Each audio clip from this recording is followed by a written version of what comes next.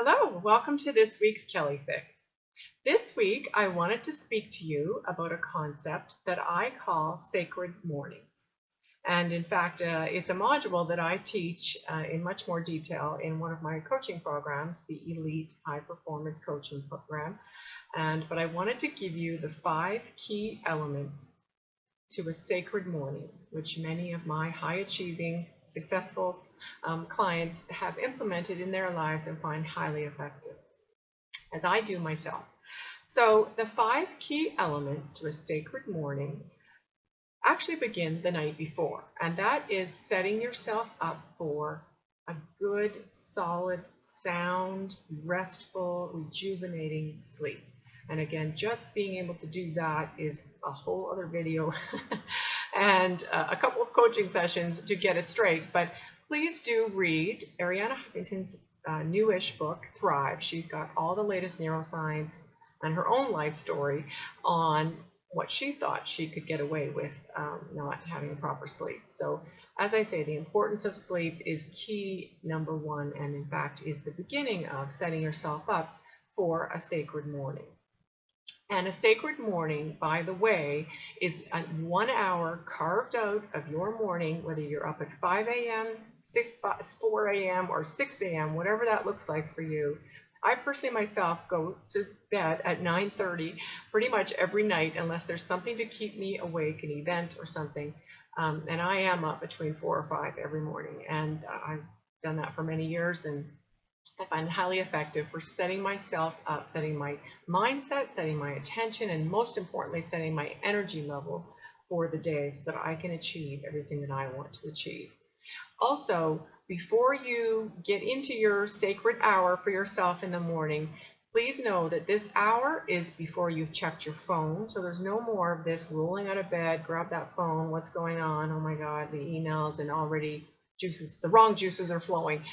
This is before phone, after a really great night's sleep, and you are up at 4 a.m., 5 a.m., 6 a.m., whatever it is where you're going to carve an hour out of your morning.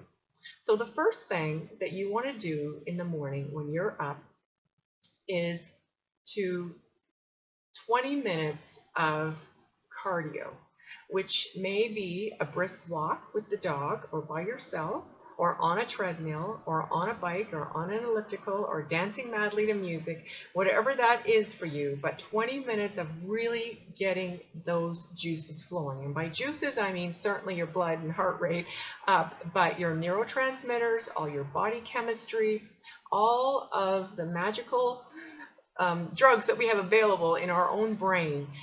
This is really about a brain workout, and we actually have a saying in fitness and in neuropsychology, which is, as the body moves, the brain grooves. And so I like to actually call this 20 minutes get set, get smart, because again, there are many research papers in neuroscience on the benefits of exercise on the brain. And so this 20 minutes, and I really hope that you have a proper fitness routine where you've got strength training and stretching and meditation and everything else that goes along with that. This 20 minutes really isn't so much a part of that. It's more about fitness for the brain. So 20 minutes of cardio, get those juices pumping. And then you are on to, and I hope now you're hydrating, and I really recommend at least 20 ounces of water with lemon juice if possible, so that you're alkalizing your body at the same time. What I call the morning pages, 20 minutes of free flow writing, where you do not lift that pen from the page for 20 minutes. And Julia Cameron, in her book, The Artist's Way, or you could just Google Julia Cameron, and she's got many YouTube videos as well explaining the morning pages in more detail. But ultimately what it is 20 minutes, set a timer, you and a journal and a pen, and just free flow. Whatever is on your mind, whatever is whirling in your brain, taking up bandwidth in that subconscious so that we cannot be clear during the day. And so again, many of my clients look at me like I have 3 heads when I mention doing the morning pages, but after 2 weeks of doing the morning pages, they finally get it and continue on with it. There is absolutely something magical about just what I call a brain dump for 20 minutes, free flow writing. Just frees up the subconscious, and you'll find that you can make better decisions during your day and that you're just a clearer thinking.